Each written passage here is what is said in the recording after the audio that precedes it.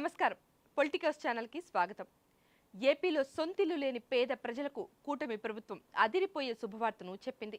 రాష్ట్రంలో ఇల్లు లేని అర్హులైన ప్రతి ఒక్కరికి ఉచితంగా ఇళ్ల స్థలాలతో పాటు ఇల్లు కట్టుకోవడానికి భారీగా ఆర్థిక సహాయం కూడా అందించేందుకు ప్రభుత్వం సరికొత్త హౌసింగ్ స్కీమ్కు శ్రీకారం చుట్టింది. మరి ఈ పథకానికి అసలైన అర్హులెవరు? గ్రామీణ మరియు పట్టణ ప్రాంతాల వారికి ఎంతెంత స్థలం ఇస్తారు? అలాగే ఆర్థిక సహాయం ఎంత అందుతుంది? ఎక్కడ ఎలా అప్లై చేసుకోవాలో ఈ వీడియోలో పూర్తి వివరాలు క్లియర్ కట్ గా తెలుసుకుందాం. ఎక్కడ స్కిప్ చేయకుండా లాస్ట్ వరకు తప్పకుండా చూడండి. రాష్ట్ర వ్యాప్తంగా నిరుపేదలకు ఎన్టీఆర్ హౌసింగ్ స్కీమ్ లేదా పీమే కింద ఉచిత ఇళ్ల స్థలాలను పంపిణీ చేసేందుకు ఏపీ ప్రభుత్వం శరవేగంగా అడుగులు వేస్తోంది. ఈ పథకం కింద గ్రామీణ ప్రాంతాల్లో ఇల్లు లేని పేదలకు 3 సెంట్ల స్థలం, అలాగే పట్టణ ప్రాంతాల్లో నివసించే వారికి 2 సెంట్ల ఉచిత ఇళ్ల స్థలాన్ని కేటాయించనున్నారు. కేవలం స్థలం ఇవ్వడం మాత్రమే కాకుండా సొంతంగా ఇల్లు నిర్మించుకోవడానికి కేంద్ర రాష్ట్ర ప్రభుత్వాల భాగస్వామ్యంతో దాదాపు 4 లక్షల రూపాయల వరకు ఆర్థిక సహాయాన్ని కూడా లబ్ధిదారులు ఖాతాల్లో విడుదల వారీగా జమ చేయనున్నారు. ఇక ఇప్పటికే రాష్ట్ర వ్యాప్తంగా లక్షలాది అప్లికేషన్లు అధికారులకు అందాయి. మొదటి విడత ఇళ్ల కేటాయింపు ప్రక్రియ కూడా త్వరలోనే ప్రారంభం కానుంది. ఈ ఉచిత ఇళ్ల పథకానికి దరఖాస్తు చేసుకోవడానికి ప్రభుత్వం కొన్ని ముఖ్యమైనటువంటి అర్హతలను నిర్దేశించింది. దరఖాస్తు చేసుకునే కుటుంబానికి ఏపీలో ఎక్కడా కూడా సొంతంగా పక్కా ఇల్లు లేదా ఎలాంటి ప్రభుత్వ ఇళ్ల స్థలం ఉండకూడదు. కుటుంబంలో ఎవరు ప్రభుత్వ ఉద్యోగులు కానీ పెన్షనర్లు కానీ ఉండకూడదు. అలాగే ఇన్కమ్ ట్యాక్స్ కట్టేవారికి కూడా ఈ పథకం వర్తించదు. ఈ పథకానికి అత్యంత ముఖ్యమైనది ration card.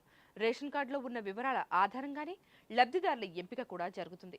Aadhaar card, ration card మరియు జియో ట్యాగింగ్ డేటా ద్వారా అధికారులు గతంలో మీకు ఇల్లు వచ్చిందా లేదా అనే విషయాలను కూడా క్షుణ్ణంగా పరిశీలిస్తారు. మరి ఈ పథకానికి ఎలా అప్లై చేయాలో ఇప్పుడు చూద్దాం రండి.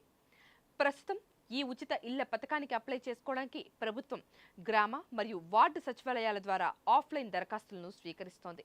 మరి మీ సమీపంలోని గ్రామ సచివాలయానికి లేదా వార్డు సచివాలయానికి వెళ్ళి అక్కడే ఉండే విలేజ్ రెవెన్యూ ఆఫీసర్ అంటే విఆర్ఓ, ఇంజనీరింగ్ అసిస్టెంట్ లేదా వార్డు ఎమ్యూనిటీస్ సెక్రటరీని కూడా కలవాల్సి ఉంటుంది.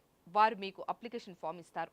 ఆ ఫామ్లో మీ వ్యక్తిగత వివరాలు, ఆధార్ నెంబర్, రేషన్ కార్డు వివరాలు మరియు మీ బ్యాంక్ ఖాతా వివరాలను కూడా తప్పులు లేకుండా భర్తీ చేయాలి. ఇక దరఖాస్తు ఫామ్తో పాటు మీరు కొన్ని ముఖ్యమైన పత్రాల జిరాక్స్ కాపీలను జత చేయాల్సి ఉంటుంది. మీ Aadhaar card xerox, ration card xerox, bank passbook మొదటి పేజీ యొక్క జిరాక్స్, కుల ధృవీకరణ పత్రం మరియు ఆదాయ ధృవీకరణ పత్రంతో పాటు పాస్పోర్ట్ సైజ్ ఫోటోను కూడా సిద్ధం చేసుకోవాలి. వీటన్నిటితో పాటు గతంలో ప్రభుత్వ పథకాల ద్వారా ఎలాంటి ఇల్లు లేదా ఇళ్ల స్థలం పొందలేదని తెలిపే ఒక స్వయం ప్రకటన కూడా ఇవ్వాలి. దీన్నే డిక్లరేషన్ లెటర్ అని కూడా అంటారు. ఈ పత్రాలన్నీ సచివాలయంలో సమర్పించిన తర్వాత అధికారులు మీ వివరాలను క్షేత్రస్థాయిలో పరిశీలిస్తారు.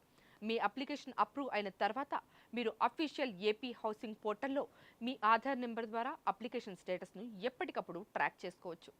చూశారు కదా ఫ్రెండ్స్, ఏపీ ప్రభుత్వం అందజేస్తున్నటువంటి ఈ ఉచిత ఇళ్ల పథకానికి సంబంధించిన పూర్తి వివరాలు. మీకు గనుక ఇంకా సొంతిల్లు లేకపోతే వెంటనే మీ సచివాలయానికి వెళ్ళి ఈరోజే అప్లై చేసుకోండి. ఈ పథకంపై మీ అభిప్రాయాన్ని కింద కామెంట్ సెక్షన్లో తప్పకుండా షేర్ చేయండి. ఇలాంటి లేటెస్ట్ గవర్నమెంట్ స్కీమ్స్, అదేవిధంగా బ్రేకింగ్ అప్డేట్స్ కోసం వెంటనే మన ఛానల్ను సబ్స్క్రైబ్ చేసుకొని పక్కనే ఉన్న బెల్ ఐకాన్ని నొక్కడం అస్సలు మర్చిపోకండి. Thank you for watching. Keep smiling. Bye bye. Please subscribe to the channel and download the Politicos app from the links in the description.